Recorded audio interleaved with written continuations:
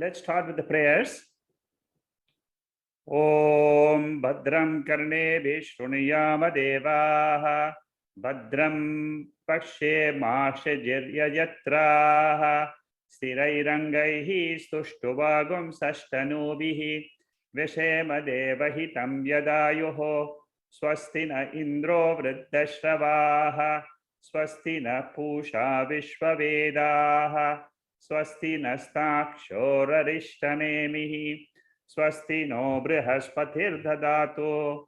Om Shanti Shanti Shanti.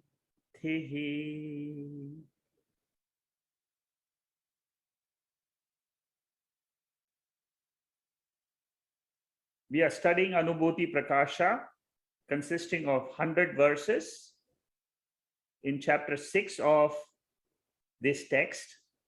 Mundaka Upanishad has been described by Swami Vidyaranya. Mundaka Upanishad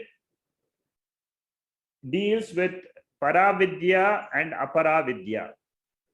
Paravidya means my real nature. Aparavidya means what I think I am today.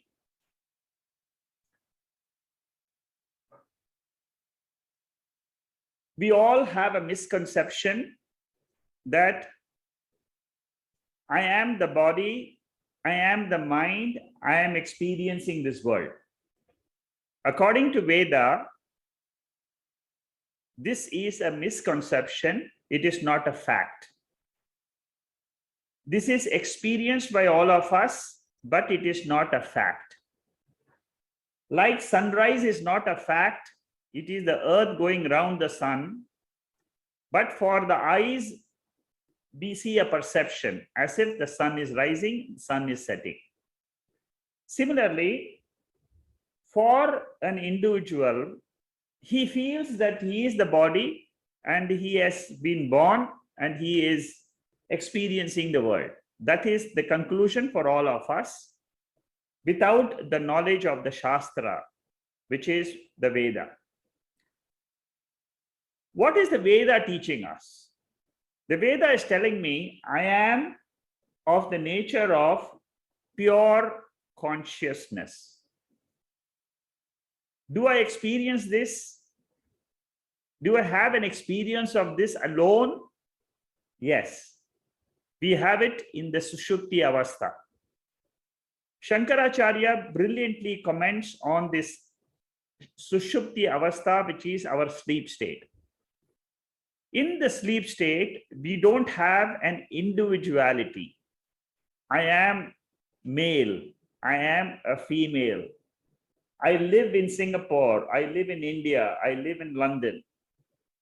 We don't have this location. We don't have an individuality. I am short. I am fair. I weigh so much. I am sorrowful, I am joyful. We don't have any experience of the mind. We don't have the experience of the body. We don't have the experience of the world which gives us sorrow. But the Veda is asking a question, do you exist or not? And then Veda asks you, what is reality? Is my experience without the body a reality? Is my experience of body with the world a reality? Shankaracharya says the Veda wants us to teach that our natural intrinsic nature is without any effort, without any conditioning. That is our natural state. Therefore, locationlessness is my real nature. Without individuality is my real nature. Without limitation is my real nature. That is what Mundaka Upanishad teaches me. We have seen in mantra, Upanishadic mantra 116, the most important mantra of this Upanishad is chapter 1, section 1, verse number 6. It gives the indicator of my real nature. Go back, we have studied this. Apply it to yourself in your sleep state. The individual which is existing in sleep state as pure consciousness. Apply that mantra and see for yourself, get a glance, a glimpse of your own real nature. Once you get the glimpse, try to hold on to that as your real nature and then lead the life. That in a nutshell is Mundaka Upanishad. We have seen out of 100 verses, 40 verses so far. Today we're going to start the 41st verse. Vidyaranya takes this Paravidya in the beginning. We have already studied that. Now he is spending time on Aparavidya. Aparavidya is Veda Purva Bhaga. From verse number 31 to 46, he is teaching us what is the benefit of Aparavidya. So that is the section we are studying now. This section is the fourth topic, 31 to 46, the fruit of Aparavidya. That is the topic we are discussing. Today we will finish that of a guru. We will study these two topics. First topic is what is the benefit of Aparavidya? That is the ritualistic portion of the Veda. So I will go straight into the topic number 41. Here, Vidyaranya says that avidya is the root cause of transmigratory existence. What is the meaning of this? Avidya means ignorance. And he says that this ignorance is the main cause why we are running from one place to another place, one body to another body in every birth.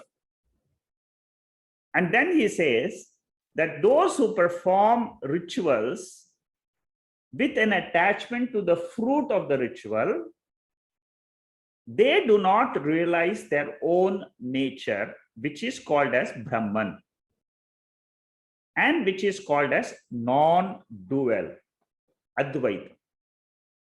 This is the essence of this shloka.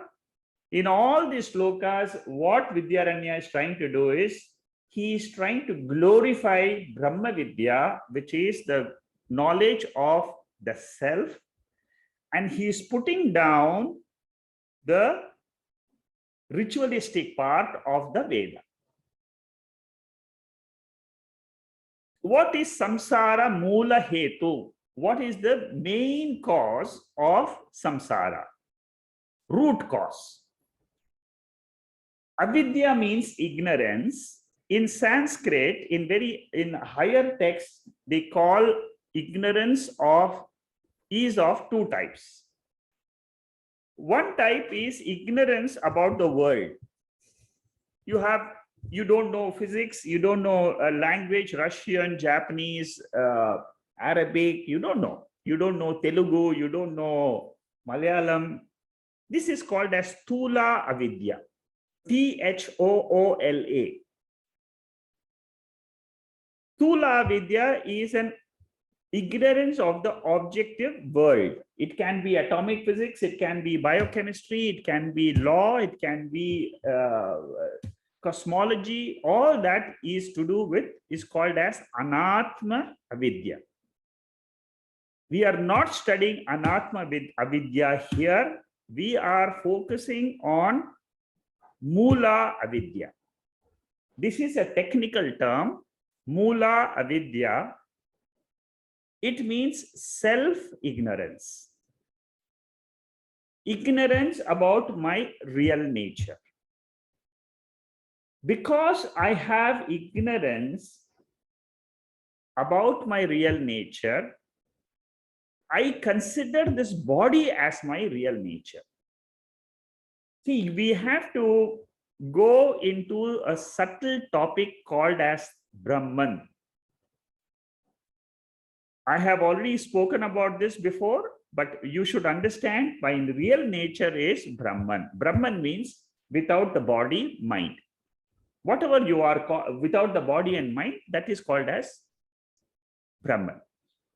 The world also, without all the objects, whatever the world is, negate all the objects, there will be a pure existence that is called as Brahman.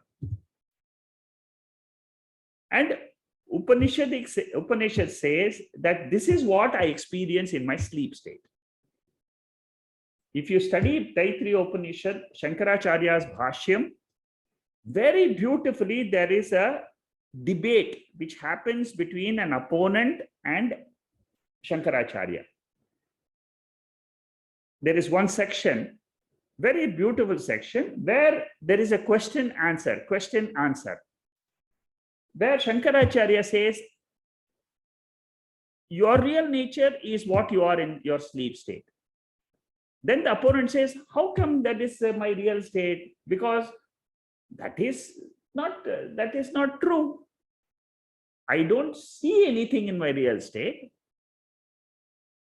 Shankaracharya says, that is what it is. You don't see anything because there is nothing else except you.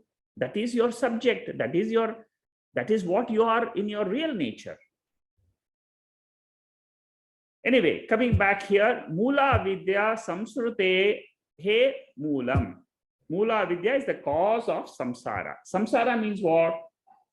Samsara, there are two ways of defining samsara. Samsara is, simple way is, whatever worry which I have, that is what is called as samsara. I worry about my children, I worry about my insecurity, about my future. That is what is called as samsara. Simple definition of samsara. So many worries I have. I have worries about my house, about my job, about my family, possessions, everything is, that is what is called as samsara. The second definition of samsara is a technical definition. Samsara means repeatedly taking birth into a body again and again. That is what is meant here. Transmigratory existence. That is what is called as samsara. Birth, death, life cycle. Again and again, going round and round in a cyclic way. That is called as samsara. That is what I have to come out of with knowledge. All the people who are doing rituals, they are Vaidika, they are doing performing Vaidika karmas. Now, Vaidika karmas are required for attaining pleasures in this life as well as in the future. That is the purpose of doing all types of rituals. What Shankaracharya says is, what Vidyaranya says here is, they will purify your mind, but it will not give you moksha.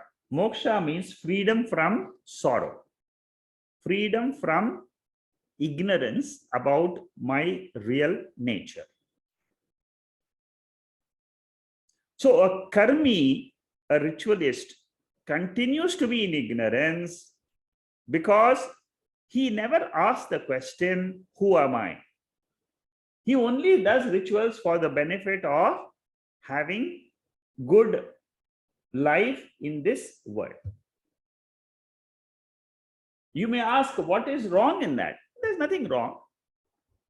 Only problem is, Vidyaranya will explain in the next few verses what is the problem in that.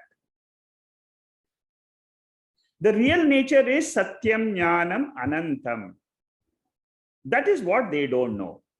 And Karma Kanda, ritual cannot produce this knowledge. Karma Kanda, which is the Veda Purva, Jaimini, the author of Purva Mimamsa, has written some sutras. Athato Dharma Jignasa. That is the first sutra in Purva Mimamsa. Purva Mimamsa means the Veda Purva portion. Athato Dharma Jignasa. Whereas in Jnana Kanda, in the later portion of the Veda, the first sutra is Athato Brahma Jignasa. Brahma Sutra consists of 555 sutras. Very, very brilliant text which we study after Upanishads. And the first sutra in that is this particular sutra which is called as Athato Brahma Jignasa. What does this mean? After having studied the Upanishads, now you inquire into Brahman, so that you can get Nishtha, Brahma Nishtha. I can hold on to my nature, which is called as Brahman. Bhakti is presented in chapter 12 of the Bhagavad Gita in different levels. Karma Yoga, Upasana Yoga, Jnana Yoga, Raja Yoga. These are all different disciplines which we follow for attaining Atma Vidya. Karma Yoga, Upasana Yoga, all this will happen in the devotional personality. So bhakti is common to all of them. It is not a separate yoga as such. Conventional bhakti means doing a devotional exercise, doing puja at home, going to temple. That is what is called as bhakti yoga generally. That is okay. As a simple definition, it's okay. But we must understand bhakti yoga means it is common to all karma yoga, upasana yoga. In the atmosphere of bhakti, you do all this. Whether you do Raja Yoga, which is a type of a meditation on the self, or you do Karma Yoga or Jnana Yoga, in the atmosphere of bhakti, you do it. Naishkarmya Siddhi is a text written by Sureshwaracharya. He is one of the direct disciples of Shankaracharya. And this is a very famous text, Naishkarmya Siddhi. And in this text, Sureshwaracharya says that people who are ritualists, he wants to put down the ritualist. Therefore, he says that these ritualists, they don't see properly because their intellect is clouded, blinded by smoky atmosphere due to the rituals. They miss the teaching of the Veda Anta portion.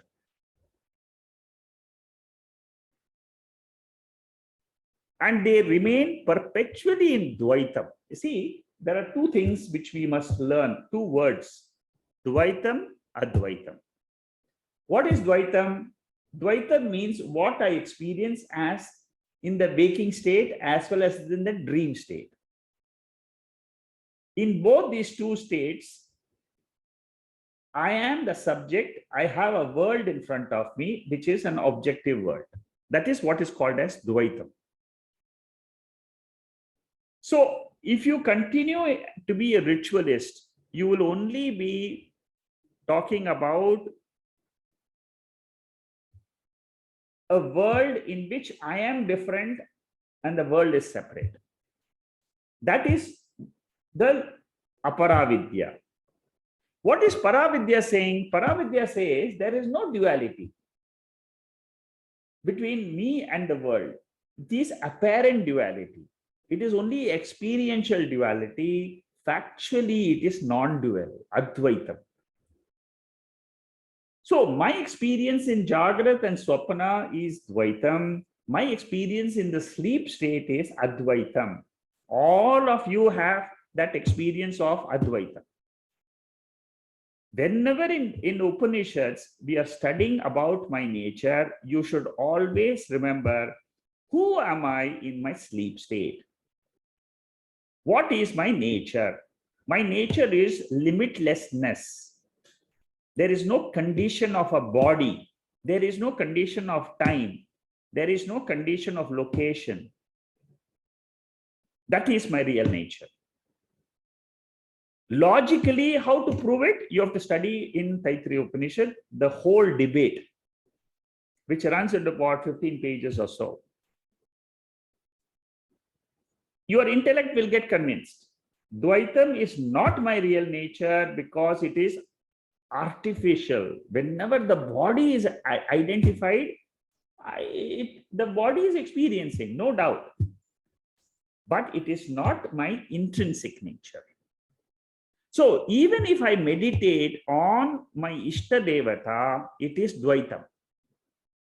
Puja, Alankara, Naivedyam, all these Kahika karmas.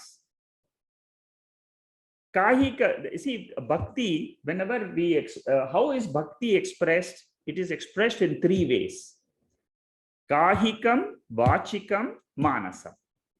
Kahikam means you do puja at home, you do take up a pilgrimage, you do pradakshinam in the temple. These are all kahikam bhakti. Vachikam means you do parayanam.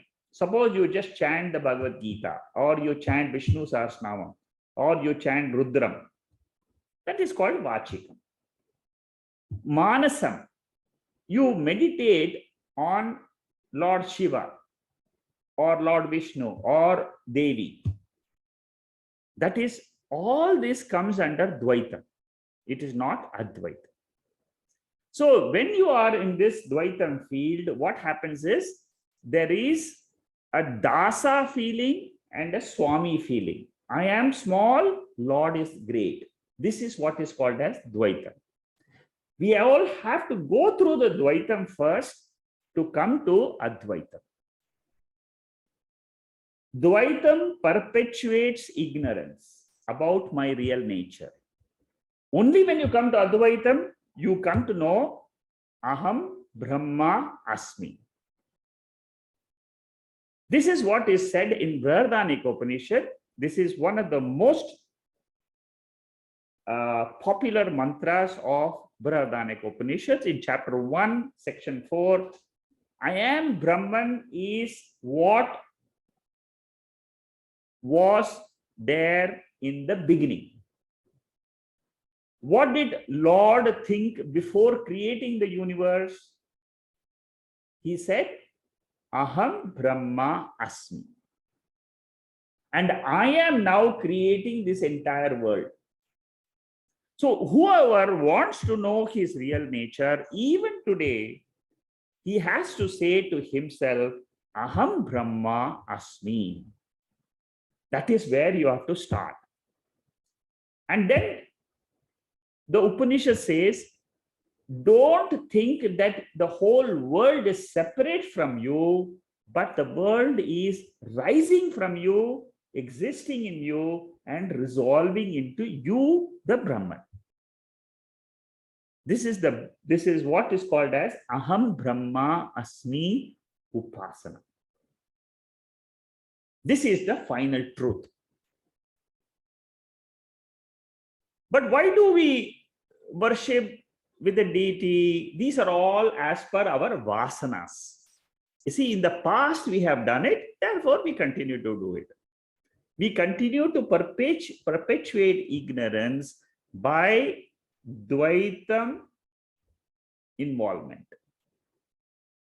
Only when you come to study the Upanishads, you get introduction to the sixth mantra of the Upanishad, which I told you just now. It tells me my real nature is Advaitam. Veda tells us, grow from Veda Purva portion and come and realize your nature in Veda Anta portion. Don't try to remain in the high school 6th standard or 10th standard because I like my teacher.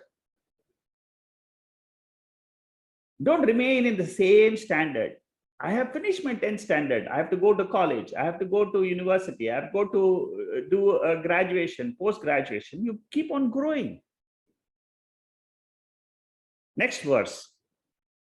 These are all verses up to 46. You will see it's all the benefits of rituals.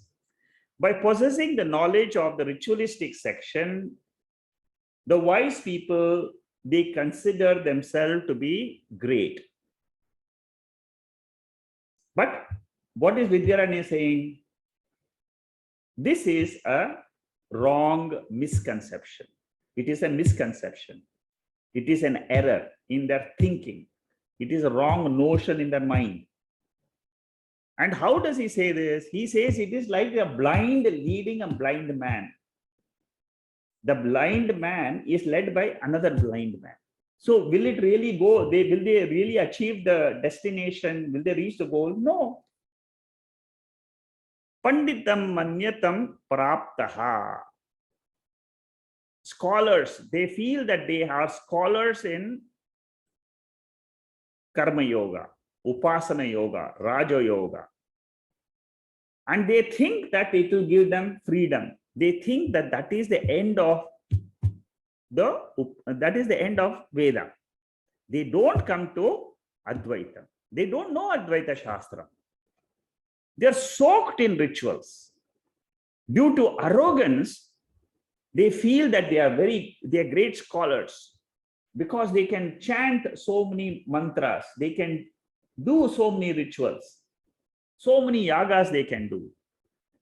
Mundaka Upanishad criticizes them in these mantras.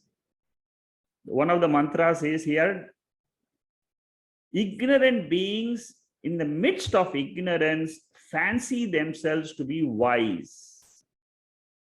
And they go round and round as the blind people led by the blind. This is what Vidyaranya puts in this particular verse. And merely doing karma kanda is not the end of the Veda. So, Mundaka Upanishad specifically tells us, come out of karma kanda portion, upasana kanda, and come to jnana kanda. That is the essence of all these mantras. You see, all these mantras, even though the main object behind all this is they want to glorify jnana yoga. Okay, next verse, 43rd. Some of the people, they have a big ego. I have done Vajpayee Rajasuya Yajna. I have attained everything that can be attained in this world. I have also attained what can be attained in the next world because I have done Rajasuya Yoga. I have done Agnihotram. I have done so many yagas, 100 yagas I have done. Therefore, Swarga is sure for me. And what happens to them? They do go to to those lokas. They get the enjoyment in this lokas. Here also they are enjoying. In the other world also they will enjoy. But what is the problem in this? The problem is These are all to do with the punyam you have earned, the merit you have earned by doing these yagas. So it is not the goal of life. You will be born again back in this loka because you have to start your yoga again. After fulfilling your desires in the other higher lokas, your punyam is exhausted. That is what Mundaka Upanishad mantra says here, 129. Very clearly it says, this is the proof, which says that after enjoying the pleasures in the other worlds, because you have done rituals, you will still be born again and you will fall down into this Manushya Loka. These are all the same mantras. These are all explanation of what I have just now described. Bhagavad Gita in the 3rd chapter, Na buddhi bedam janayet jnanam ajnanam karma sanghinam joshase sarva karmani vidwan yukta samacharan. Here, Lord Krishna advises, don't try to unsettle the mind of ignorant people who are attached to action. See, by birth, we are attached to action. Let them engage in all actions first. Fulfill them with devotion. After doing karma yoga, then you teach them upasana yoga and then finally jnana yoga. That is what Lord Krishna teaches in the 13th chapter of Bhagavad Gita. 6th chapter is upasana yoga, Bhagavad Gita.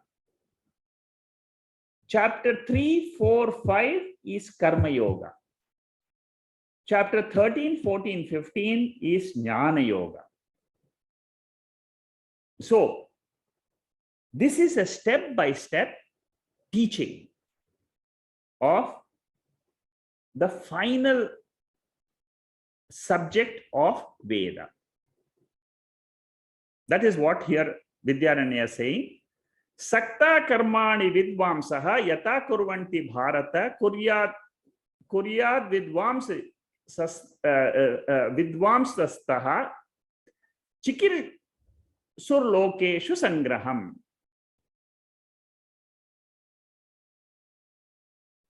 Wise people should act without attachment, wishing for the welfare of the world. Suppose you have done jnana yoga and you have become a jnani. Lord Krishna says, don't try to unsettle the ignorant people by telling suddenly about jnana. Slowly teach them. Do not blindly propagate jnana yoga. People are attached to karma and karma phalam, upasana and upasana phalam due to their previous vasanas. See, I am born with a set of impressions in my mind. This is the law of karma phalam. The whole world, our whole life, according to the Veda, is based on this vasanas. What impressions I have gathered, I take it to the next birth. Again, I go back and exhaust my impressions. 3 types of karma phalams are there: Sanchita, Prarabdha, and Agami. For those who have studied Bhagavad Gita and the basic text of Tattva Bodha, you will know law of karma means that I am Sanchita karma means the previous birth, whatever I have accumulated in all the previous births. From that, only a small portion is taken out for this birth, exhaustion of this in this birth. That is called as Prarabdha karma. Sanchita is the total bag, the total bank balance deposits which you have. Out of that, one small deposit is matured this year. You're taking it out, that is the Prarabdha. And then during this birth, you are again earning some punyam, again earning, you have helped some people, you have done some good work in this life, and therefore you get punyam. Again, the good works add to your sanchita. And then next birth, what happens? Again, the mind comes to exhaust another set of prarabdhas. This is how the whole cycle of birth and death is explained through prarabdha karma. This is for ajnanis. That is what Vidyaranya is saying. 44th verse. Thinking that karma is superior to everything, he does not consider any other thing as permanent. So, like I said, you come back to the earth from heaven when the merits are exhausted. You can be born in a spiritual family, in a wealthy family, or in a middle class family, or in a lower family. All this is possible according to your merits in the Punya Papam bag. So Veda consists of Karma Kanda, Upasana Kanda, and Jnana Kanda. Karma Kanda is called as great, Varaha. Upasana Kanda is called as Variyan. Variyan means greater. And what is Varishtaha? The superlative, the greatest benefit of Veda is in Jnana Kanda. All of us are studying the Jnana Kanda portion of the Veda. Even in Upasana, these are all Raja Yoga meditators. Raja Yoga means it is dwelling on Upasana, Dvaita Upasana, not Advaita Upasana, which I am teaching in the Wednesday class. What I take is Advaita Upasana. What Raja Yoga teaches is Dvaita Upasana. And also Vipassana. You see, people have done Vipassana. Vipassana is a science where you remain without any activity for 10 hours, 7 days continuously. No link with the outside world through a mobile or the laptop. Just close your eyes, pray for some time, meditate, again pray, meditate. This is a Vipassana, it's a science. What Vedanta says is, good, you can go and do Vipassana, no problem, but it will only purify your mind, it will not give you freedom from the mind. What gives freedom from the mind? Advaita Jnanam. There is no other greater sadhana apart from Jnana Yoga, which gives us the final benefit. Shreyan Dravyamaya Yajnat Jnana Yajna Parantapa Sarvam Karma Khilam Partha Jnane Parisamapyate. This is from the 4th chapter. Lord Krishna says the final, superior, most yajna is knowledge. Come to Jnana Yoga and all your actions can come to an end. This is the beauty of Vedanta Upanishadic study, where you are taught Advaita Jnana, which is what I taught right in the beginning of today's talk. What I said was Advaitam. What is your real nature? Advaitam. What I'm thinking today? Dvaitam. I have to correct this error. In order to correct this error only, I'm studying this. Naiva asau veti. All these other people, they do not know their real nature. Swargat agatayaha. They will return when their punyam is over. And then they'll be born again. That's a normal thing, which is said in the earlier mantras also.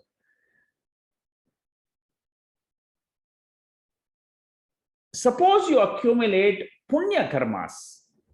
What happens is explained in this verse. You get a superior human birth. You don't start right from the beginning. You come and you suddenly have that interest to learn Bhagavad Gita, Upanishadic, Brahma Sutra. You have that flair for Jnana Yoga. Same thing is asked by Arjuna also to Lord Krishna. Suppose I don't complete my Jnana Yoga in this birth, what will happen to me? Lord Krishna says, don't worry. You will come back. You will come back in a spiritual family where right from your birth onwards in the third year, fourth year itself, your mother will teach you Bhagavad Gita. You'll be born in the spiritual family. Your father will teach you the chanting of Rudras. Right in the early age. So your benefit of study in this birth is not wasted. So after Swarga, suppose you have done rituals, what happens is you get superior birth and not an inferior birth. Our birth in a particular family, in a particular country, it is not an accident decided by some lord sitting in Vaikuntha or some other place above the sky. It is our own choice. As per my own karma, I have taken this birth. Karma antaram, that's residual karma, which I said before. Sanchita karma, based on that, whatever impressions, see what happens is, this is very easy to understand. Whole day, what am I doing? I am having thoughts in the mind.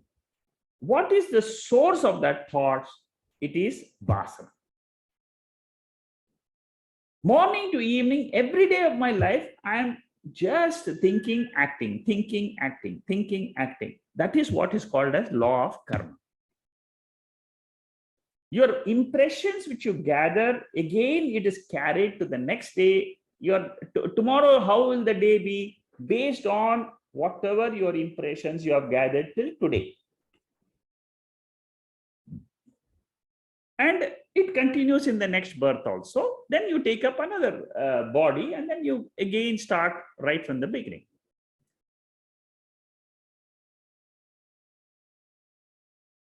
In Chandogya Upanishad also, it says that those who do good work in this birth, they will get good birth in the next cycle. Next time when they are born, they'll be born as a Brahmin or a Kshatriya or a Vaishya, depending on the gunas which they have cultivated. Suppose you do something bad in this world, you will be born and again taking a birth to fulfill your karmas. That's all.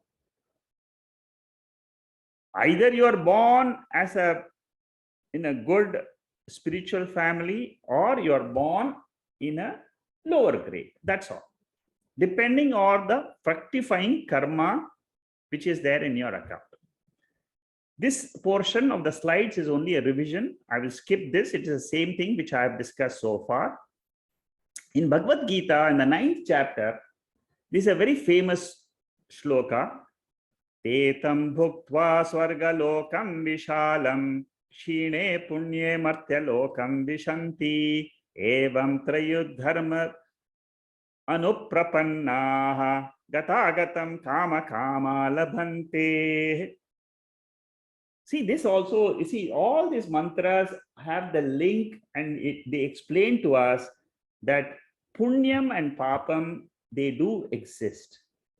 And that is the cause of a meritorious birth or a demeritorious birth.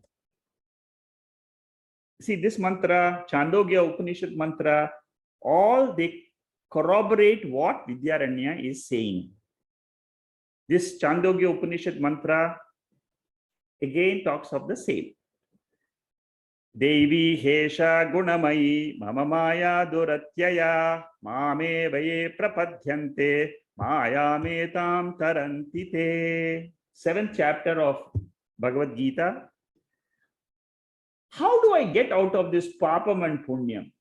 That is the question which Arjuna has. Now that you explained to me the law of karma, it's very clear that, according to papam and punyam, I'm born again and again. This is called as a Maya Chakram. It is something which I can't, it's not a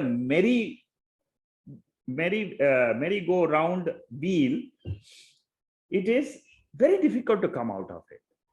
Lord Krishna himself says that coming out of this life, death, birth, death cycle is very, very difficult. But you can come out. How? Take refuge in me. Then you can cross this illusion of Maya. I will teach you. Lord Krishna says, I will teach you in the 13th chapter how you can come out of this cycle. And then 13, 14, and 15 chapter of Bhagavad Gita gives us a clear picture. Very clear. When you study Bhagavad Gita, if you want to know what is samsara and what is the essence of Upanishad literature in Bhagavad Gita, you should study chapter 13, 14, and 15. It is the same what we learn in Upanishads. So, you can do karmas, kamya karmas, you can fulfill, I want to get some pleasures, it is possible. But it will not give you moksha. That is the underlying message in all this. Next verse. He who meditates upon the conditioned Brahman as identical with self reaches the world of Hiranyagarbha. Now he is slowly telling Vidyaranya, in all these verses from 31 onwards till 45, he has been talking about all those ritualists. Now he is saying, how do I come out of it? 46 and 47 mantras, especially 46th mantra, this is the last mantra of this section, which talks about Aparavidya. Here he says, by upasana, you can reach Hiranyagarbha loka, from which there is no return of the cyclic existence. See, when we are in this spiritual field, you can focus your attention on rituals, meditation, or jnana. Rituals will give me different lokas. But if you, along with the rituals, if you practice upasana also, there are a set of upasanas which is mentioned in the Veda. What it says is you can go higher and higher in the ladder of lokas. According to the Shastra, Hiranyagarbha loka is Brahma loka. It is the highest. Why it is highest? Because there, according to, again, these are all only said in the Shastras. It says a ritualistic goes through Krishna Gati. Krishna Gati means it is the dark path. A ritualist goes. After death, through the dark path, a ritualistic goes, and then he gets to the other lokas. Upasakas, people who have meditated, they go through Shukla Gati. In chapter 8 of the Bhagavad Gita, all the devatas who accompany you to that particular loka, the names are also given. And when you go to these higher loka, one of the verses here is Shukla Krishna Gati Yete Jagata Saswate Mate Ekaya Ayatana Ayatyana Vrittim Anyaya Vartate Punaha. This is the path in the Bhagavad Gita, 8th chapter, it says about what path you take, which loka you go, and then what do you experience there. Satya Loka, Vishnu, Shiva Loka, Brahma Loka, these are all talking about one Loka where the highest of sense pleasures is there. Chandogya Upanishad in the 8th chapter talks about also this particular message. And it says that in higher lokas, you are free from old age, death, hunger, and thirst. See, suppose you don't have to eat 3 times a day. The life will be so joyful. You don't have to work. See, these are all the benefits of the higher lokas. If you study the Bhagavatam and other Upanishads, you will get these details of the higher lokas. But the problem is in these lokas, you can go and also get in the Brahma Loka. The advantage is there Brahmaji himself will teach you the same what you will be learning in this Loka. In Jnana Yoga, Brahmaji will teach you and you can get mukti. That is what is the benefit of doing upasana. Lord Krishna says, Antakale cha mameva sparan muktva kalevaram yaprayati samadbhavam yati nasyatra samshayatha omityeksharam omityeksharam brahma yaharan mamanasmuran yaprayati tejandeham sayati paramam gatim. If you are able to meditate on the word Om, then in the last cycle, before leaving the body, chant Om 10 times, 20 times, 100 times.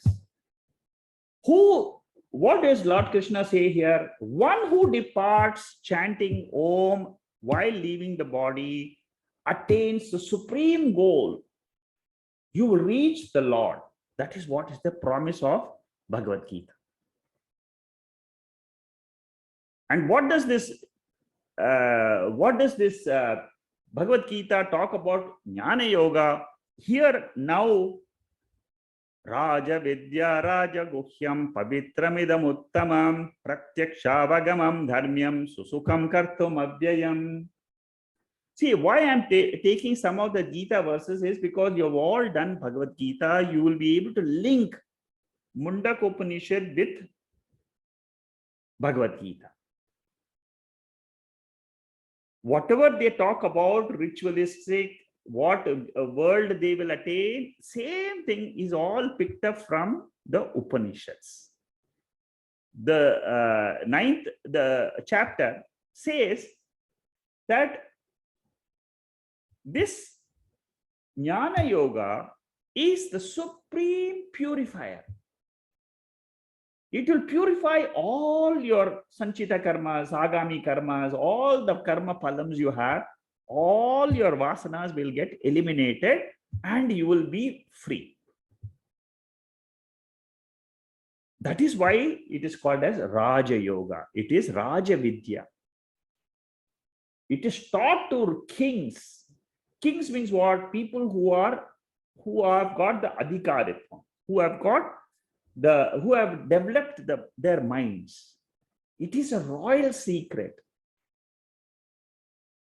It is taught to very few people who have developed an interest in knowing their own self. It's very rare people come to this knowledge. And this knowledge purifies the mind and makes you free. That is the message of Bhagavad Gita. That is the message of Upanishads. You gain this Jnana Yoga here and be free. Okay? That is what is the message of both Bhagavad Gita and the Upanishads. After having known this, what should a seeker do? Is said in Mundaka Upanishad also. What does Mundaka Upanishad mantra says? That is what is said here. Mundaka Upanishad mantra says, Pariksha lokan karmachitan brahmano nirvedam. This mantra says that after examining your previous experiences, which you have gathered through actions, and maybe if you have done some upasana or simple, you reflect in your mind what have you achieved in life through karma, and you will come to realize that you have still a lot of things to fulfill in life. So many things are left. Therefore, what? I am not fulfilled person. This is what every seeker has to realize before coming to Jnana Yoga. Go back into your own life from your birth till date. In a flash, just think all whatever you have done. And then ask the question, am I happy today? Almost everybody will say, I'm still unhappy. I have not success. I still have to find something in this life. When you have this burning desire, go to a guru, ask him knowledge of Brahman.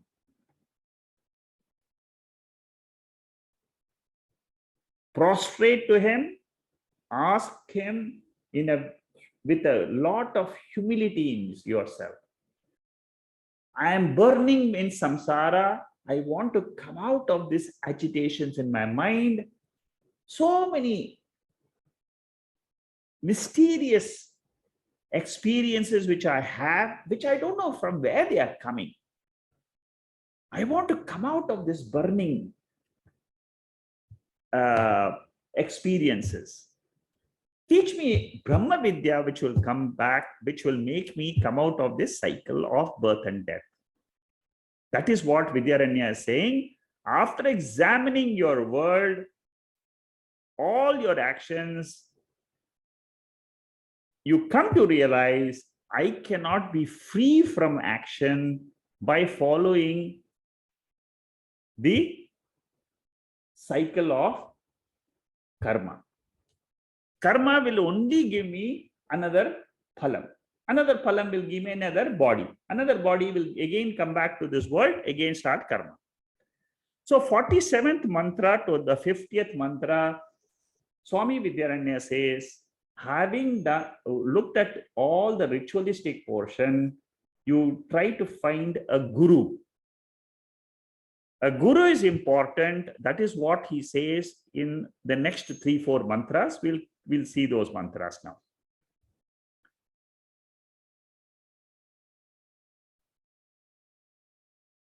And what will the guru teach you?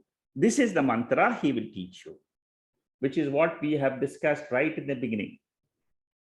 That which is invisible, ungraspable, the 116. This is the mantra which is the most important. You should all write this down. Keep it at some place where you can just refer to it. Like I said in the previous Upanishad also, I have given certain mantras where you should keep it in a small notebook, or you keep it in one of the folders in your laptop also is fine. But make use of these mantras if you are interested in the spiritual study. If you want to grow in spiritual study, it is these mantras which, if you keep on contemplating on them, you will realize your real nature, which I said right in the beginning of today's talk. Aham Brahma Asmi. I am of the nature of locationless, limitlessness, attributeless Purusha, which is mentioned in this verse 116. It is that Purusha, it is that from there only all this Jagrat and Swapana is coming. That Purusha is the imperishable being. It is the source of all creation. You see, once you have left this body, what happens is you then merge with the self. That self is supposed to be the cosmic Purusha. I mean, this is how the progress in spiritual study is. When you dwell on these mantras again and again, your mind will tell you, yes, I'm now progressing in my mind. I'm now able to see something. Again, I'm able to see something. Your ignorance will disappear. The darkness of ignorance in your own mind will go away. That is what is the message of these mantras, where it says, go to a guru. Study the Shastras. Study is very important. Systematic study. Like what we are doing now. Go with Shraddha and Bhakti and get Brahma Vidya. There is nothing in the world equal to this. And the Guru will teach you this truth. And what type of Guru you are looking for? Very beautifully, it says, Shrotriya Brahmanishtam. Shrotriyam. What are the two qualities which are most important of a Guru? He should be a Shrotriya. Shrotriya means he must have studied the Upanishads, Bhagavad Gita, Brahma Sutras. He must know the background, where this knowledge of self is given. Number one, he should be a Brahmanishta. Brahmanishta means what? See, in his own mind, he has dropped his individuality, and in his own mind, he is living a life of Brahman. He is like you and me. He lives in this world. I see him because I am Ajnani, I look at him, look at a Guru and also see him as a body. But he is not looking at himself as the body. He is looking himself as Aham Brahma Asmi. This is the second qualification. Shrotriyam Brahmanishtam. Shrotriyam also includes the knowledge. It includes the skill of teaching. A Guru should possess knowledge. He should also possess sampradaya, the methodology. It is according to what his Guru has taught him. There is a Guru Parampara. You see, in the Vedic literature, the teaching happens from a Guru to a Sishya. From a Sishya, he himself becomes a Guru, and then he teaches others. That is how Veda is taught. And the main thing a person should learn is Upanishads. That is the primary source. A grihastha should reduce karma and parayanam. You can reduce. It's not that you totally stop it, and learn the Veda, the Upanishadic more and more. That is what is the growth which one can see in the spiritual study. Next verse. Since the Upanishadic texts are varied, there will be doubts. See, whenever you study a text, you will get doubts. That is what the study of the text is called as Shravana. Then, when you get doubts, the second step is Mananam. And then the last step is Nididhyasana. Nididhyasana means you get rid of your old notions. Mananam is an area where your doubts are there, and you can ask your Guru. He will slowly remove your doubts. And he will explain to you the tattvam of Atma, Bhagavan, and what is the tattvam of the gurus.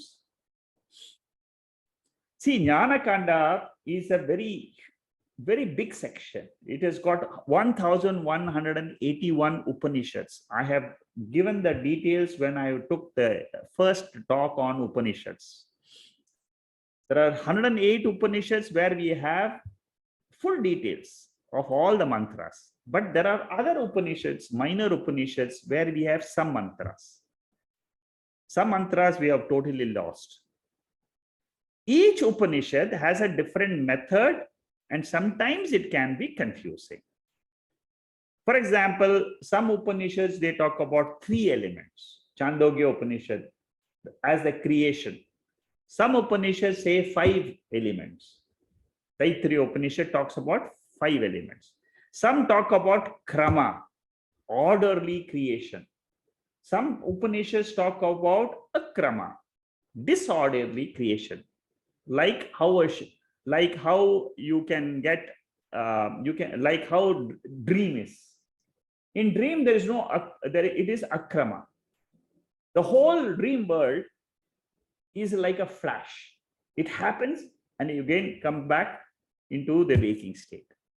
So some Upanishads, they say our waking is also like that. Anyway, these are all the ways in which Upanishads study takes place. Ishavasya Upanishad talks about Saguna Ishvara, Nirguna Ishvara, and how one Nirguna Ishvara appears as Saguna Ishvara. Ishavasyam idagam sarvam. That pure consciousness appears as this world, which is what Lord Krishna also taught in the 11th chapter. Avidya mrityum tirtva. You can cross immortality. You can cross your ignorance. The Guru knows the method of how to make your mind realize what words cannot reach. What your mind cannot reach, the Guru can help you to realize. Because that is the beauty, that is the skill. Vedas talk of karma in Sikshavali of Taittiriya Upanishad. What are the rituals? What are the disciplines you should follow? This is a full list of all the disciplines which Taittiriya Upanishad teaches the student there. Ritam cha swadhyaya pravachane cha, satyam cha swadhyaya pravachane cha, tapascha swadhyaya pravachane cha, damascha swadhyaya pravatane cha, shamascha swadhyaya pravachane cha. All these are all different types of rituals. The meaning of all this, what type of rituals, how should a student learn, develop his mind is mentioned in these type of mantras. Okay. Kaivalya Upanishad says, na karmana na prajaya dhanena tyage naika amrutatva manashuhu. You cannot get immortality by wealth. Be very clear. Wealth can give you only comfort in this life. I can have an AC room instead of sitting in a room with fan. Because I have money, I can buy AC. I can go business class, first class instead of going economy class. That's all money can give. But it cannot make me happy. Permanent happiness will come only by Jnana Yoga. Very, very clear instruction by the Upanishad. And slowly we have to learn how to drop karma through knowledge.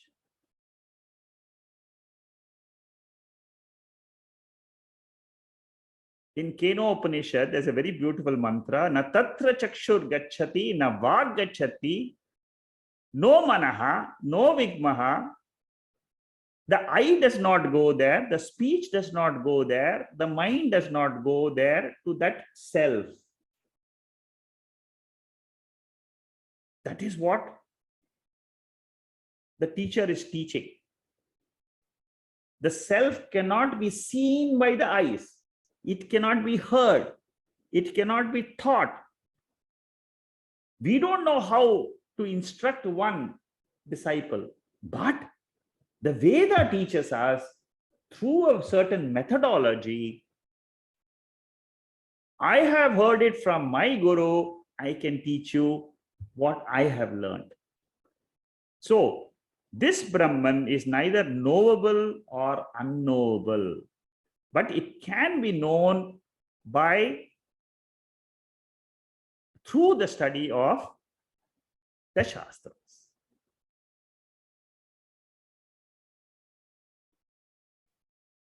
I can know the subject without any objects through the study of Upanishads. That is what you should remember. The Guru navigates and he guides us. Naham manye suvedeti no navedeti vedacha yonas tad veda no navedeti vedacha. I do not think I know it well. See, when a guru has taught the disciple has understood. Like, for example, I am saying that in your sleep state, you are Brahman. You are in your real nature. You are in your intrinsic nature. Now, how will you explain that to somebody else who wants to learn? You have to use the Upanishadic mantras. There is no other methodology. So the disciple says, I know what the guru was hinting me. I have understood it. But it is not something which can be known through my intellect. It is known because the Shastra is revealing it. Upanishads are revealing that which cannot be revealed through words, through normal Laukika words.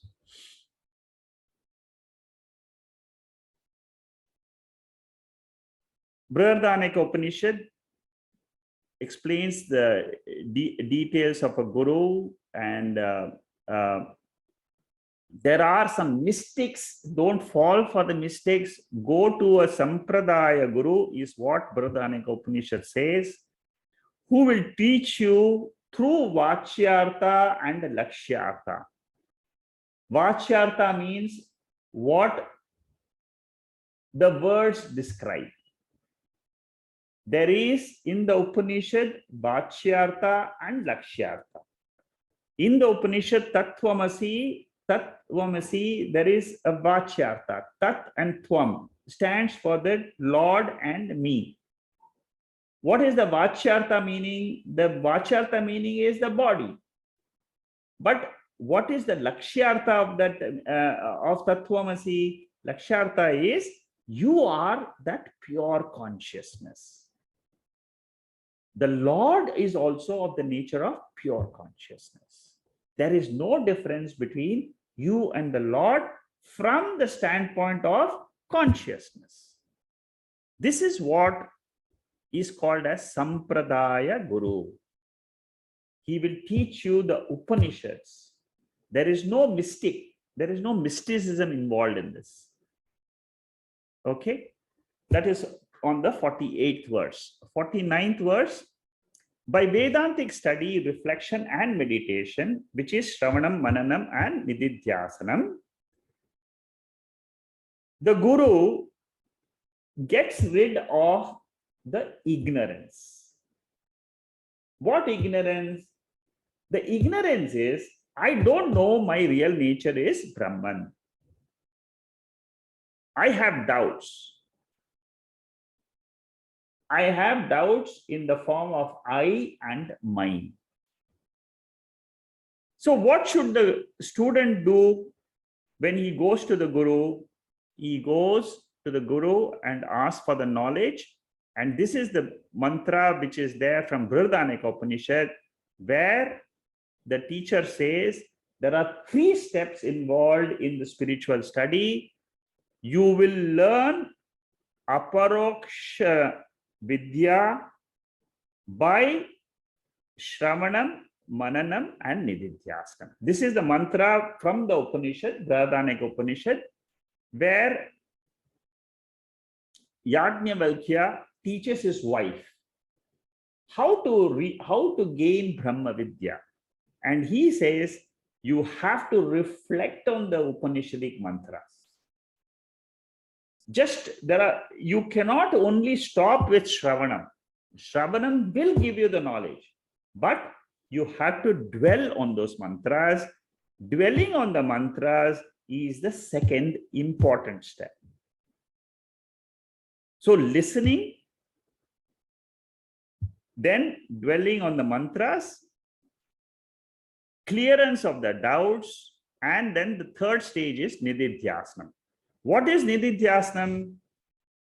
See, after learning that I am of the nature of pure consciousness, still my mind keeps on having the habit of thinking and worrying.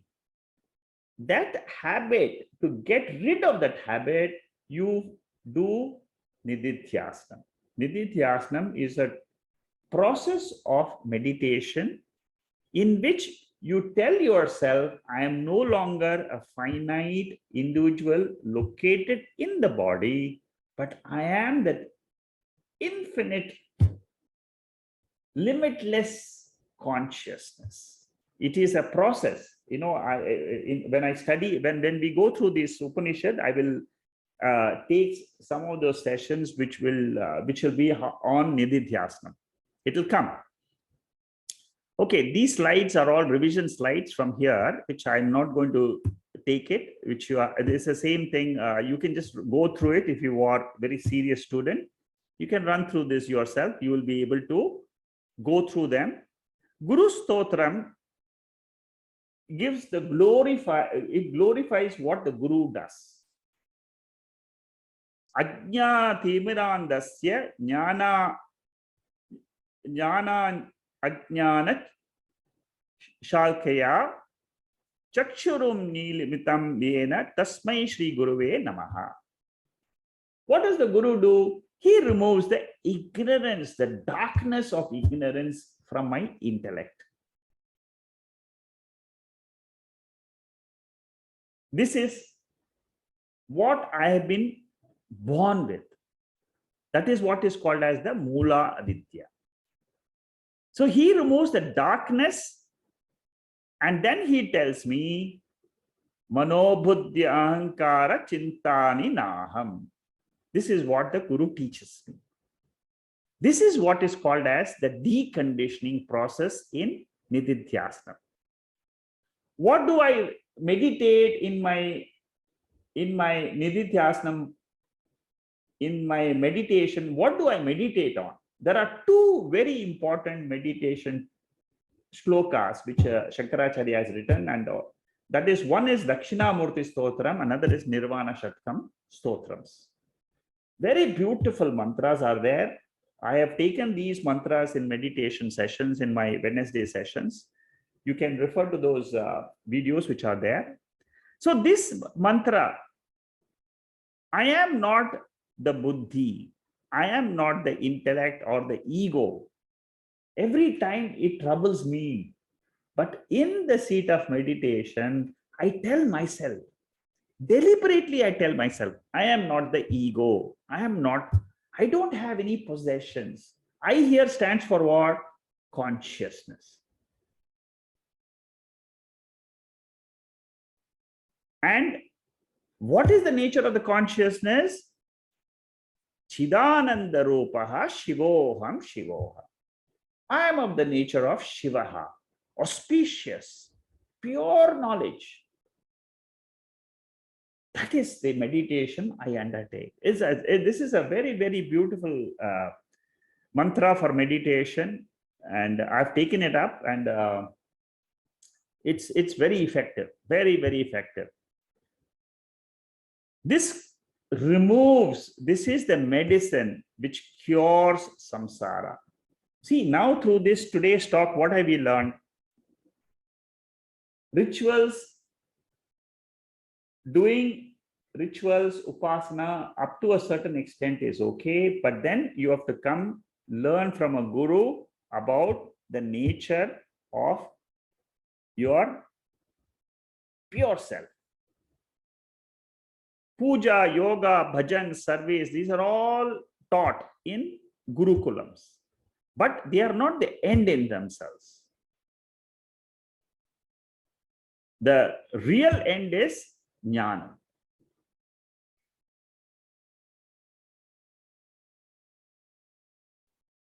We have wrong conditioning in our minds, which is called as jiva bhava. I have to replace that jiva bhava with brahma bhava. It is not easy, but it can be done. And that is the only way your mula vidya can be wiped out forever. Upanishad tells me that this method of Shravanam, Mananam, Nididhyasanam, which is together called as Jnana Yoga, is the only medicine for coming out of the cycle of birth and death. What a big achievement it is. Huge achievement. And what happens? You feel very fulfilled. You feel fulfilled that I have achieved whatever has to be achieved in a life. See, that is the power of the study of Upanishads. There are primary sadhanas and supportive sadhana. We should understand what are primary sadhanas, what are supportive sadhanas. Primary sadhana is Shravanam, Mananam, Nididhyasanam. Supportive sadhanas is Karma Yoga, Upasana Yoga.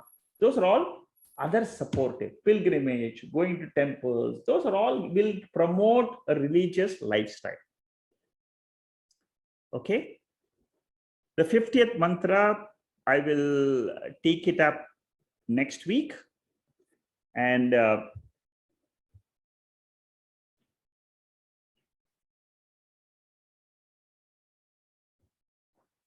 okay, I think I'll do this next week. If there are any questions on today's talk, you can ask. We will start with this mantra. The 50th mantra is the last mantra in the 4th section, where Swami Vidyaranya says that you need a guru.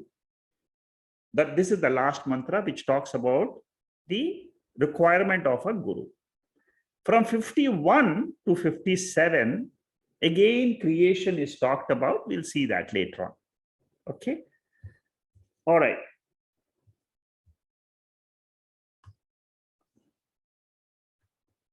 Om Purnamada Purnamidam Purnahat Purnamudachade Purnasya Purnamadhaya Purnameva Vasishyade. Om Shanti Shanti Shanti. Hari Om Shri Gurubhyo Namaha. Hari Om. Okay. So now Shanmugam will unmute and check if there are any questions in the chat box.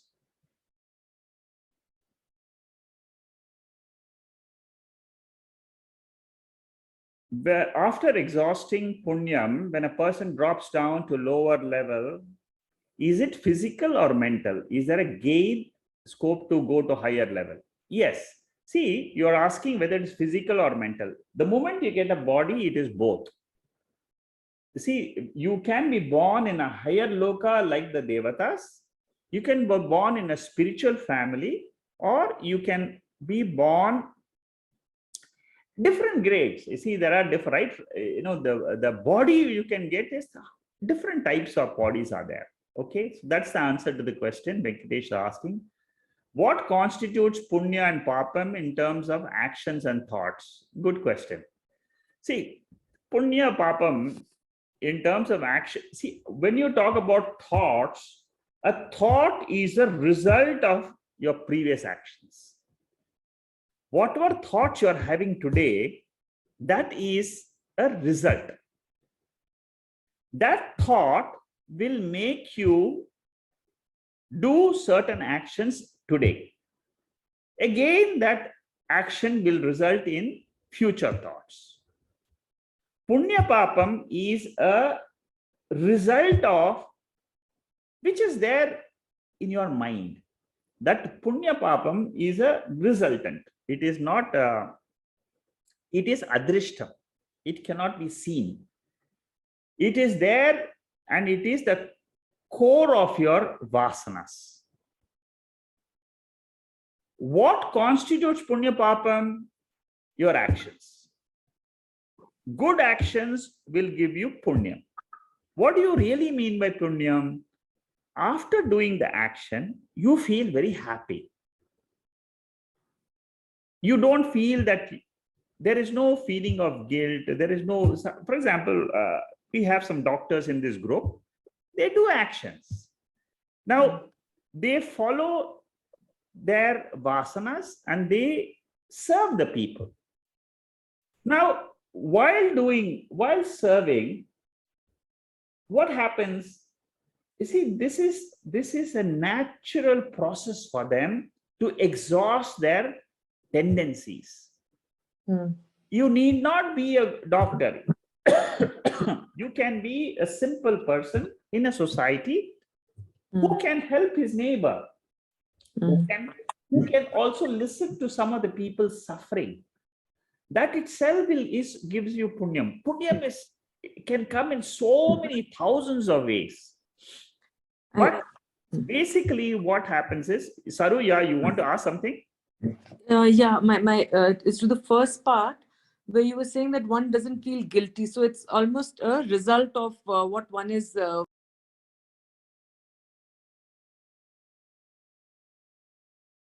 I've missed you. Can you repeat the question?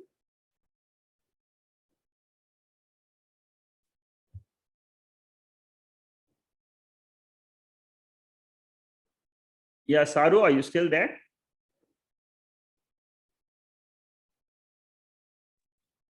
Sorry, I lost connection. Yeah. Can I continue now? Yeah, continue. So what I'm picking up is the quality of my feeling that I'm left with after an action is an indicator of whether it's a punyam or a papam. Yes, that's correct. Yeah? Yes. So I have a question to I have a question to that, because there's something so that is determined by the belief system on which one is raised. Okay, that's fine. Yeah? No problem. Right. And it may also so happen, like, say, for example, I'm just taking an extreme example. Hitler may have thought that what he is doing is correct because he was doing it for a particular cause. Correct. Right, a genocide. So he would have probably not have been left with any feelings of guilt. Possible. Yeah, it's possible. Yeah. He's exhausted he is come here to exhaust his punya papam. That's all. Yeah. So no, my point is, so if this feeling of guilt, I'm just, because this is determined by my value system and by my belief system. Yeah. And if the social construct in which I'm living encourages something which is, say for example, militancy. Yeah. The people who indulge in it believe what they're doing is right. Correct.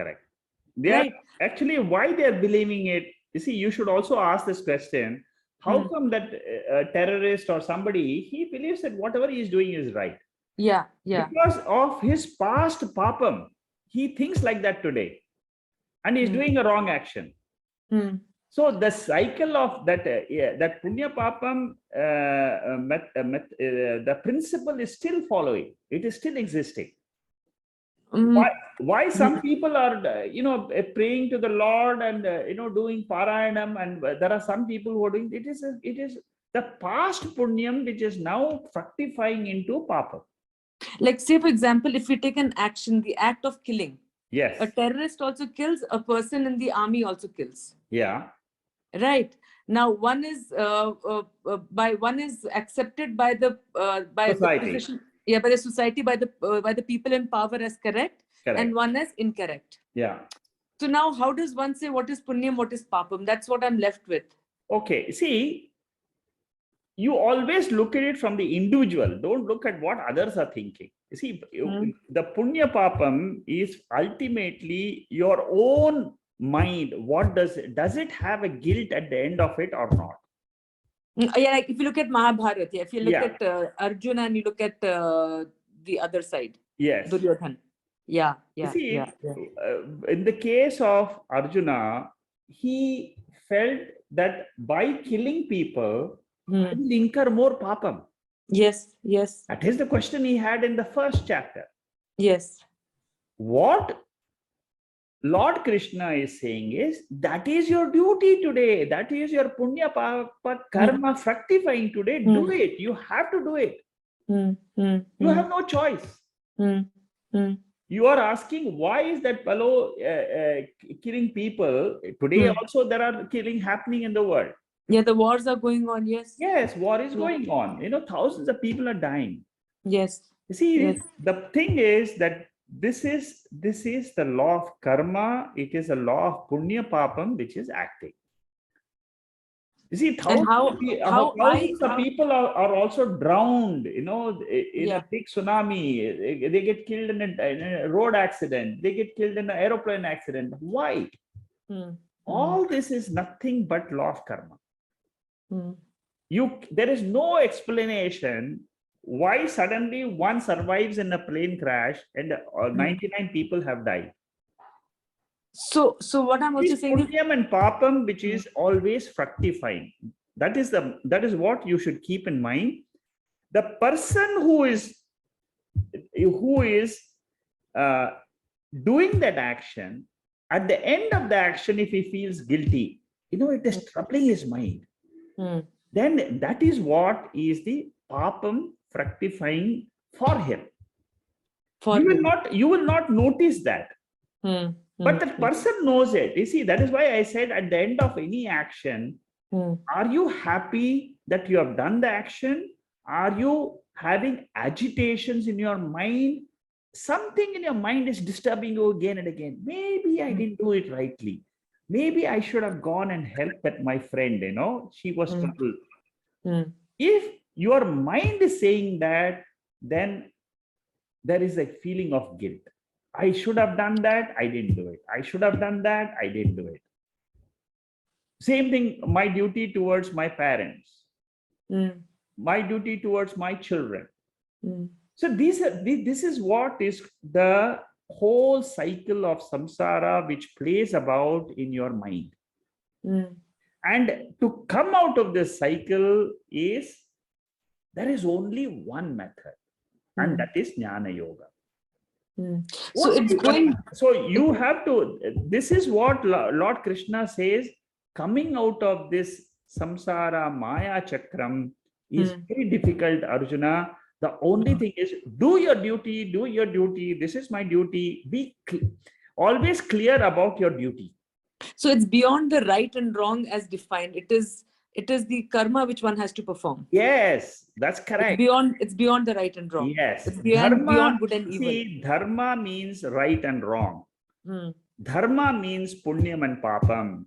Dharma, okay. Dharma. You see, that is the dharma of that person. Dharma is extremely important. But the question of Nachiketa was, is there anything beyond dharma and adharma? Yeah. Is there anything which is beyond punyam and papa? Yeah. And that is I want to know that. Because I am thrown into this world of punyam and papam without my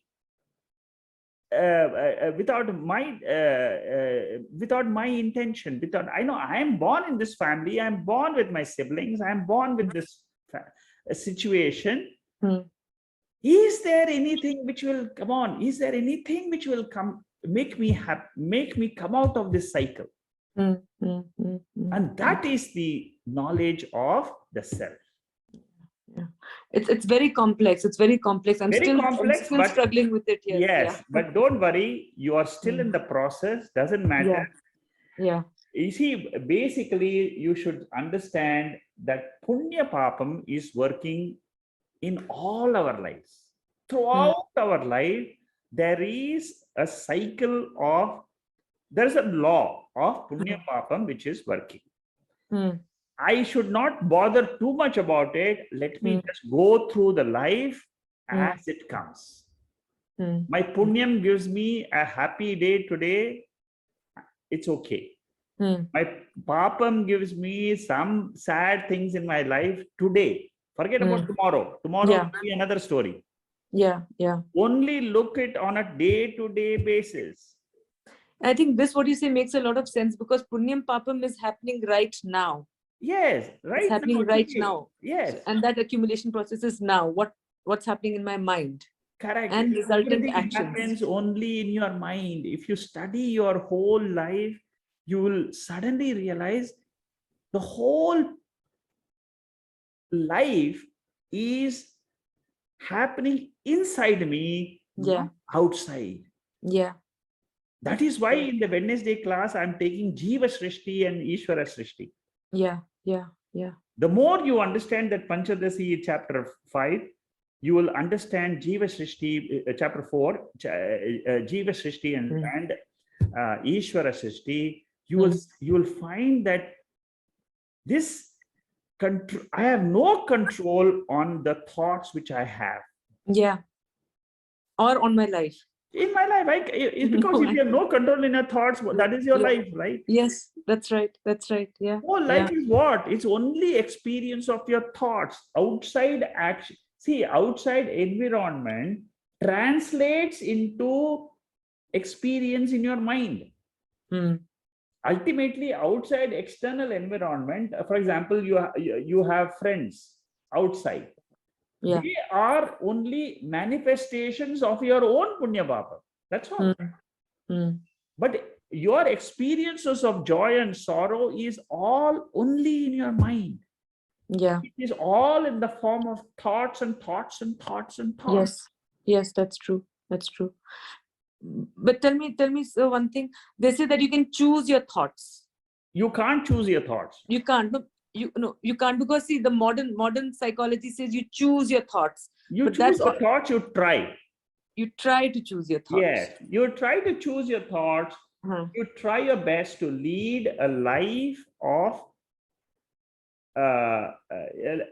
service, a life. You choose a life. You say, okay, I cannot choose all my thoughts, but I can go into certain paths which will help me to have good thoughts. So how much of choice and how much of free will is there? I'm just like, or it's fate. It's more fate. No, it's more always fate. Go with the feeling I have the full freedom to go and do the right thing. Always go with that feeling. Don't go with the feeling that everything is happening because of my fate, because then you are not using your free will. Go with the feeling that, okay, I have control. I will go ahead. That is the reason why people come to the spiritual science, You see, why are you drawn to Upanishads and this? Because you have realized that you have made a choice. Yeah. You have made a choice. Yeah. You devote every Saturday 1.5 hours, 2 hours only to listen. Yes. What transformation this talk has on you, you don't know. Yeah. It happens. But you have made a choice. It is an intelligent choice. So that is what your question is. Do I have a choice? Always think, yes, I have a choice. I have free will. To whatever extent I have the free will given to me by God, I will use it. Yeah. Whatever happens beyond my free will, I accept. Yeah. I accept. There are certain things. See, for example, I don't want to have certain thoughts. Yes. Now that is beyond my free will. Yeah. It is something. So I accept. Okay, I can say I want only these thoughts. I want only these good experiences in life. Yeah. But I will go with this attitude, but I will not grumble or I will not complain when I don't get what I want. Yeah. Yeah. Because I think the resistance itself is the problem. Yes. Resistance causes the Yes. suffering. Let it come. There are certain choiceless situations. Yeah. Yeah. I can't help it. It comes. Mm. Everybody has this problem. Everybody. Mm. You ask any human being on earth, Mm. have you had certain choiceless situations in life or not? Ask any stranger also. Yeah. They will say yes Yeah. and accept it. Yeah. Accept it. It is something which I had to experience. I will go through the experience, and I still will keep looking for that positive attitude. Mm. I will grow out of this. I will maintain the path of studying about my own nature. Mm. Let that be the goal. That is what Upanishad tells you. Yeah. In today's talk also, there is a verse which we say, Pariksha Lokan. Mm. What it says in the end, I have to learn how to get fulfillment in life. Yeah.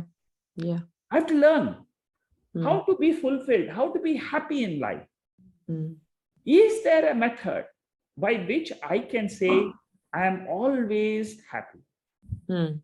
I am always without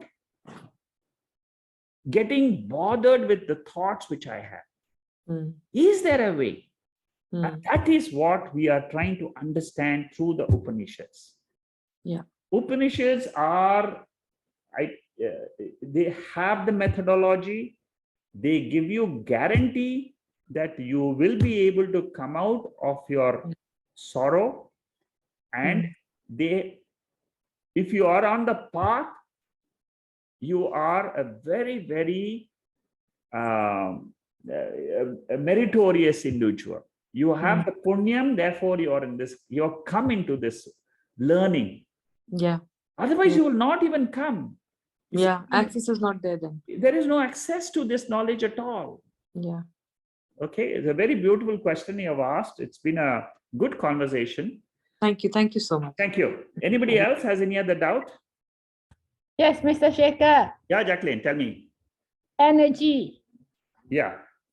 So I read somewhere, we are all energy, each and every, whether atoms or whatever, Yeah. that build us up is all energy. So the energy is freedom. No, the energy is limitless, I think. Yeah. Okay. But then, for good things to happen, let's say you or I, has to have a good energy. Okay. But then to me, of course, I want to draw a good energy, not that I want to draw bad energy to come to me. How does that relate? Of course, how does this energy relate? It's just like, okay, I want abundance. I need the abundance energy that come to me, right? But then it go the other way. So what is it? Maybe it's beyond control, but I just want to hear from it. Okay. See, when you talk about energy, when you talk about, you see, there are two aspects to it. One is physical energy, and the second is mental energy. When you talk about physical energy, it is all to do with your pranas. Your yoga helps you to get physical energy to face the life. It gives you energy to do so many things in life. You're talking about physical energy. Then you're talking about something called as mental energy, psychological energy. For mental energy to feel that I am growing, there is only one method. The method is, let me learn more about who I am. In my real nature, all the energy of the mind comes from one source. That source is called as the self. Very, very powerful source. Let me go to the core of my personality all the people who have achieved in life, they have, if you really go to all the jnani seekers and people who have achieved in life, they have gone to that bundle of energy which is there in their hearts. You can achieve it. There is that energy in you which is limitless. You have to have the confidence that this energy, which you are talking as energy, I am only using another term. I am only calling it Brahman or self. That's all. That is there in all of us. Go with the confidence that I have access to that energy. And then you say, okay, I will follow the path, try to grab that energy in my meditation. All the meditation sessions which I'm teaching in Wednesday class sessions, they're all to tap that energy in us. It goes to the depth of my personality. Advaita Vedantic meditation helps you to reach unknown energy levels which are there in each one of us. It is there. Beautiful. You have to only try to you see, Jacqueline, you are doing yoga. Even during yoga time, when you do yoga, at the end of yoga, when you have certain meditation sessions, and then you will feel that energy. So don't think that energy is coming from outside. It is in you. It is there. And that energy I learn to tap by knowing who am I. It is a methodology which is given by the scriptures. How do great spiritual masters achieve so much in life? They do achieve so many things in life. You study the autobiography of all the people who have done wonderful things in life. You will find that at the core of their personality, they have been very spiritual.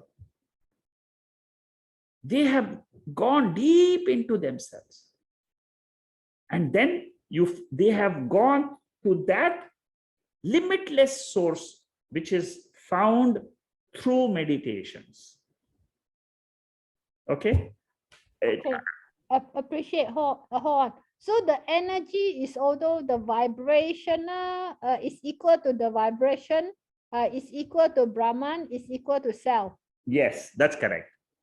Okay, appreciate. Good, very good. You got the gist of my answer. Okay. Okay, Shama has got something here. I'm connected with my life. Okay, yeah, Shama, are you around? Yes, I am very much around. Yeah, go ahead. Yeah, no, it's just interesting actually as we are going along, and all of these questions, I like Saru's question, which is continuously keeps coming, the Yes. self-will versus the God's will. Yes. Yeah. And so that's what I was trying to write, because on a daily basis, I can actually see as to how my thought process, and of course, actions follow the thought process, how on a daily basis, if we are observing, it actually alters depending on right in the beginning, in the morning. If as soon as I wake up, it's like I've switched on my the real self mode. Yes. Sakshi Bhava, Chaitanya Bhava. Yes. I tell myself, I am not this body, mind, or whatever, and I'm just who is me. So actually, I wake myself in terms of who is me. If I can do that, it's brilliant. Yes. Because it actually, the whole day, your Viveka Buddhi is sharp. You don't have too much of doubts and this and that, and Correct. effortlessly you can go through the day. The funny thing is, the default position is a very sad place. And recently, I can actually see both, where if I am not guarded, I go, I don't know where, I can hardly believe Yes. It's me, because I just cannot imagine how I'm led from one mistake to another. I'm calling it spiritual errors, Yeah. which when I think about it, like even only yesterday, I was finding myself signing up for some kind of a collective healing, collective trauma healing, Yeah. something. I feel attracted, and then I'm going down the slippery rope, Yeah. only to realize, God, that is not what I need at this stage of my life. Yeah. It's like you've got this brilliant sun shining and you want to play with the fireflies, those jugnu. Correct. Yeah. So you are stupidly still trying to look for that when Correct. you've got such a source of real light, our scriptures. It's crazy. I cannot believe it Yeah. that I can do it to myself. See, what you are expressing is there is some uncontrollable factors in my life where I get pushed. You see, that is what is called as helpless situations. You don't know why it happens. It just happens.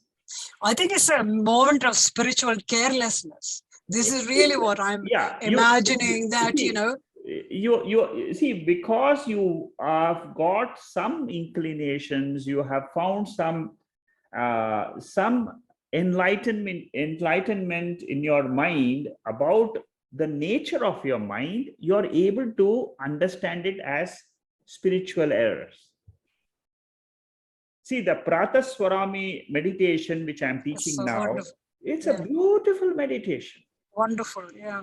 That is the beauty. See, the moment you have drawn a certain line in your own Structure. mind, a structure that this is what is me and this is not me. Every time you go away from the line, you will notice it. Suddenly you will notice it that all this is Maya. Today morning, I've therefore written a very strict note, which is about there is no getting away, that there is a spiritual self-discipline. Otherwise, just forget it. You might as well say, no, I'm not interested, or I can't do it, or whatever. But if you are serious about it, there has to be a spiritual self-discipline. There is no way, otherwise you keep on going through this.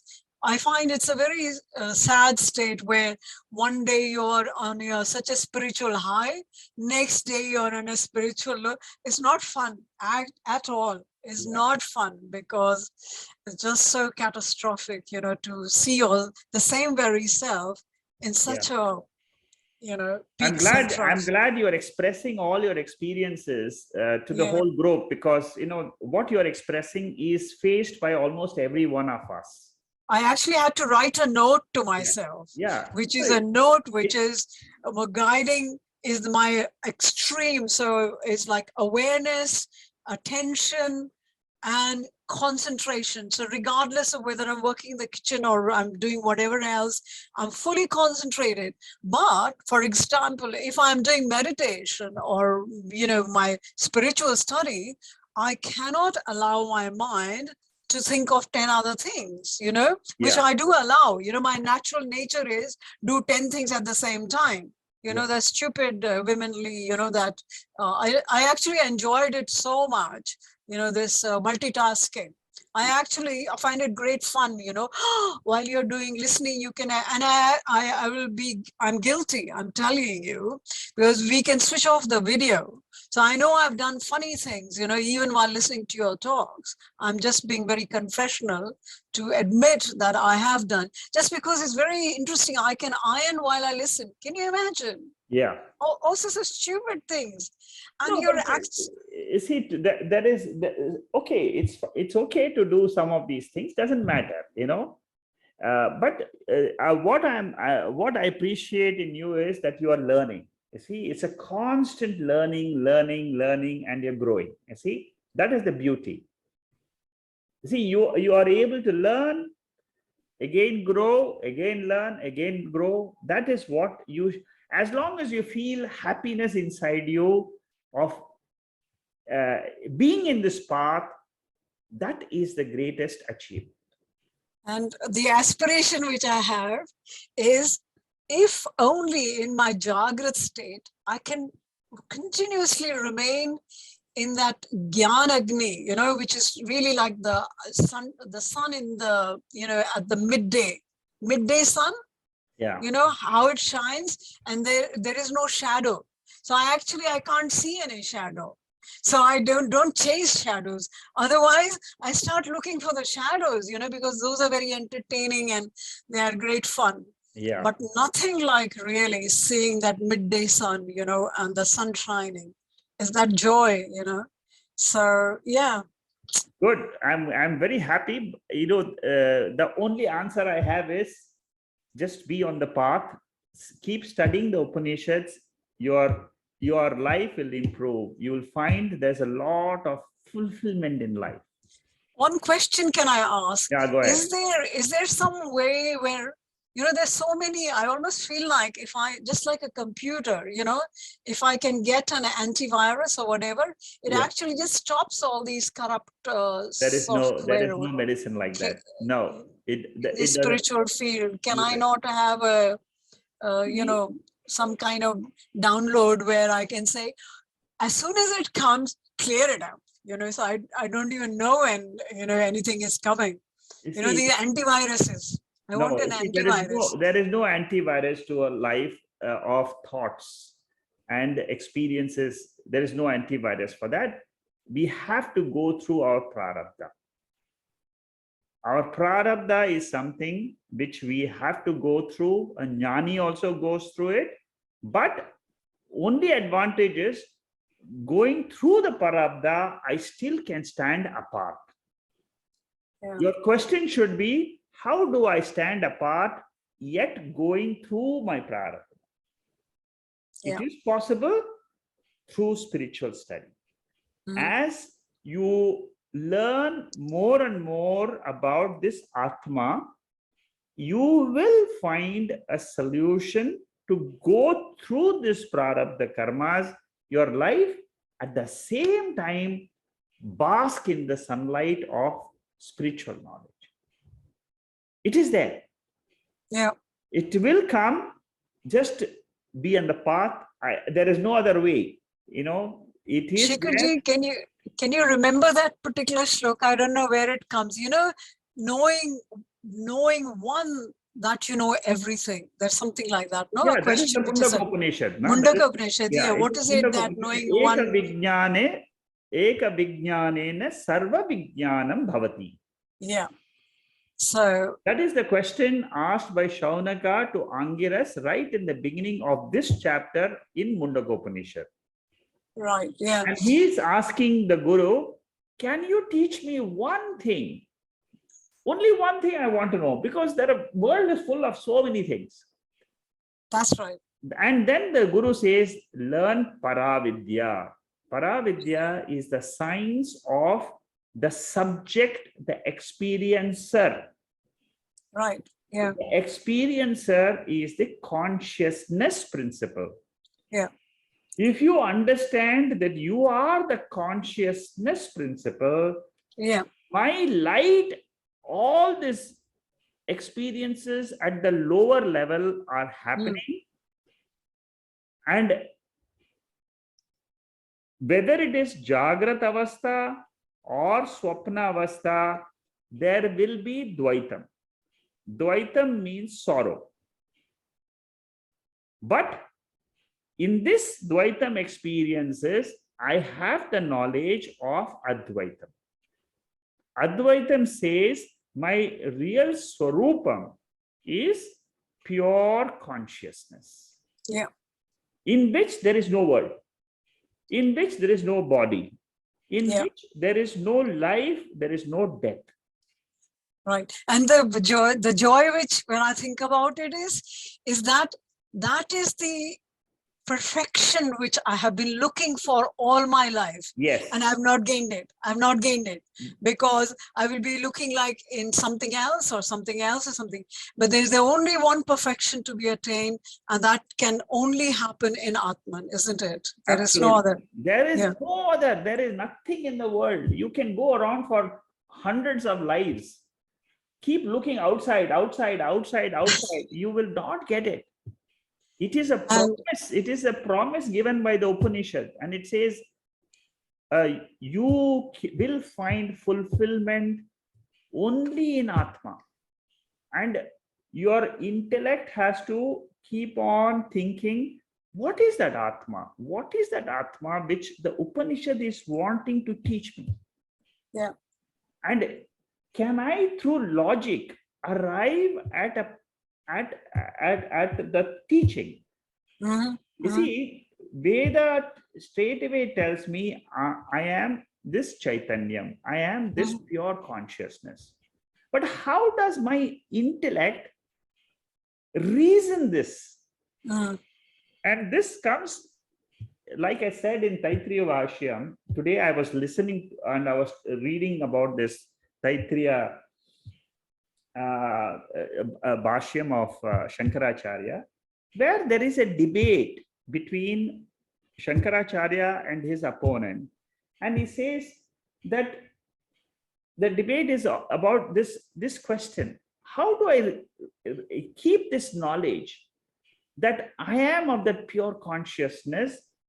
And the question, the very beautiful debate it is. He says the debate he says there are two avasthas in which there is dvaitam, there is sorrow, mhm. and there is only one avastha which is sleep state in which there is no sorrow. Shankaracharya is asking Shankaracharya, tell me, you are talking about one state, I am talking about two states. Why do you say that is the real state and why this is not the real state? Why this is mithya and that is real? Your Shankaracharya says this has not got to do with two and one. It is what is the fact given by the Shruti. Shruti says you are in your real state in Sushupti. Mhm, mhm, mhm. Shruti is saying it. Don't ask me whether it is 2 states, 3 states, 5 states. Shruti says Jagrat Avastha is mithya. Swapna Avastha is mithya. Mithya means it appears. It has got a law, which is the law of karma, which is Mm. enacted in your life. But Yeah, it is not the truth. The truth is, I am limitless.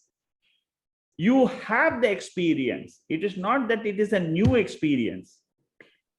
You have the experience. I am locationless. I have Yeah. no individuality. In the Sushupti Avastha, I am not a doctor. I am not a lawyer. I am not a financial investment counselor. I am not a teacher. I am not a mother. I am not a daughter. I am in my own Swarupam. Mhm, mhm. This And is, just the joy of freedom. Can you imagine? yeah, this is the joy of my own self. I have forgotten that that is my real self. And I'm thinking that this Shama, a doctor and running around, Mad, is madness. the real. And then at the end of it, I say that I'm suffering. Here is the jewel of Upanishadic study. And it And frees my mind and tells me how to abide in my real nature. And how I drop from my real nature, I fall into this samsara and then struggle and say, I'm still struggling. And the irony of it is, I believe I want to do good and help. And the stupidity is, you can't help yourself.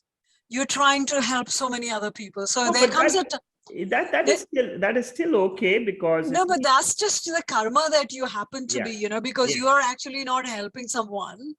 As there is a very nice quote from an Aboriginal wisdom, in Australia.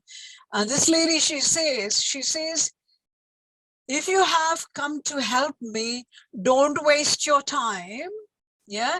If you have come to liberate yourself, then we can walk together. Can you see? So Yeah. the reason why most of us want to help, because we actually don't like our miserable self, and we want to continuously perfect and free and help and be good and all sorts of things, when it is really so far away from the truth.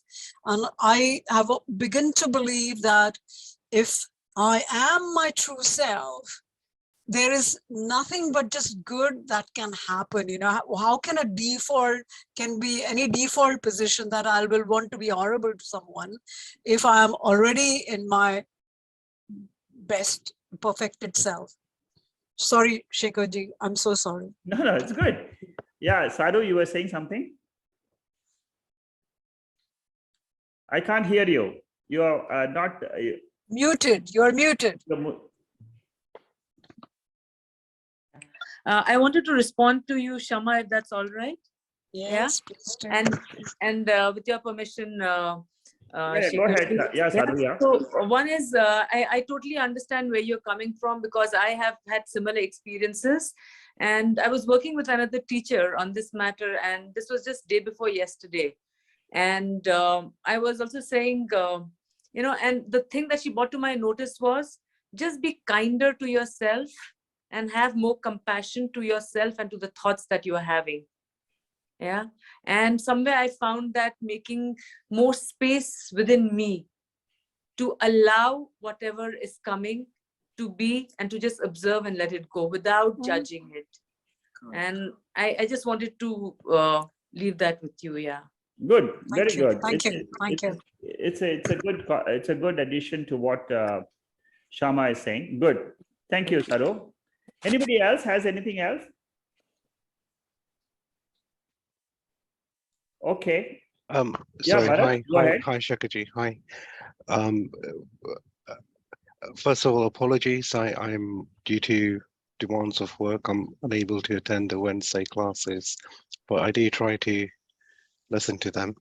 I was going to say that all our minds are different, and in just focusing on the Advaita Vedanta teaching methodology, it's maybe I'm wrong, but in understanding the teachings of the Upanishads and Bhagavad Gita and Brahma Sutra, specifically with the Advaita Vedanta method of Adhyaropa Apavada, it means that we are that the seeker is being asked to understand all of these aspects, you know, the five sheets, the mind, everything else. And ultimately, if you can understand it, if you can kind of grasp what Advaita Vedanta is trying to say, then straight away the immediate question then is, who am I in relation to that understanding of, say, the Antakarana? Straight away you have the opportunity to see yourself as your true self, and see that Antakarana, that mind, those thoughts, those vrittis, because you then understand what they are, and you are the one constantly revealing them. So in other words, even though people try to use logic, philosophers try to use logic to positively define what is, the Upanishads quite rightly point out it can't be done with Nirguna Brahman, but we can use logic to negate whatever we experience or see in relative reality. This is why you have the multitude of theories like Newton's law of gravity, Einstein, quantum mechanics, string theory, you know, quantum field theory. All of these exist because they are all based in relative reality. But in terms of trying to understand ourselves, what is that's revealing all these theories, these negations, these issues, these problems, these thoughts? It's indefinable, but it is you, it's yourself, your own self-evident, self-present, pure being self. It can only be you. I'm reminded of speech by Donald Rumsfeld. He gave a speech called the about weapons of mass destruction in Iraq, and the speech was, I'm not sure about him, but his speech was interesting. He said that there are known knowns, what they know about and should know about, unknown, so known, unknown knowns, so things they don't know about just yet. But what worries them is the unknown unknowns. And the question is, who can possibly know everything which is known or unknown? You, yourself. It's always yourself. All I'm trying to say, maybe this is a message to Shama as well. I really empathize with her. But all the sukham and dukkam and everything that's going on in your mind, it's all happening right now. And the fact that it's happening straight away, there's the fact that you're experiencing, you can see it immediately, is a pointer that you are other than what is being experienced. And that creates that gap in order for the sukham, the dukkam, the volatility of thoughts and everything to drop down. For example, if you're working very hard, my last week was quite difficult.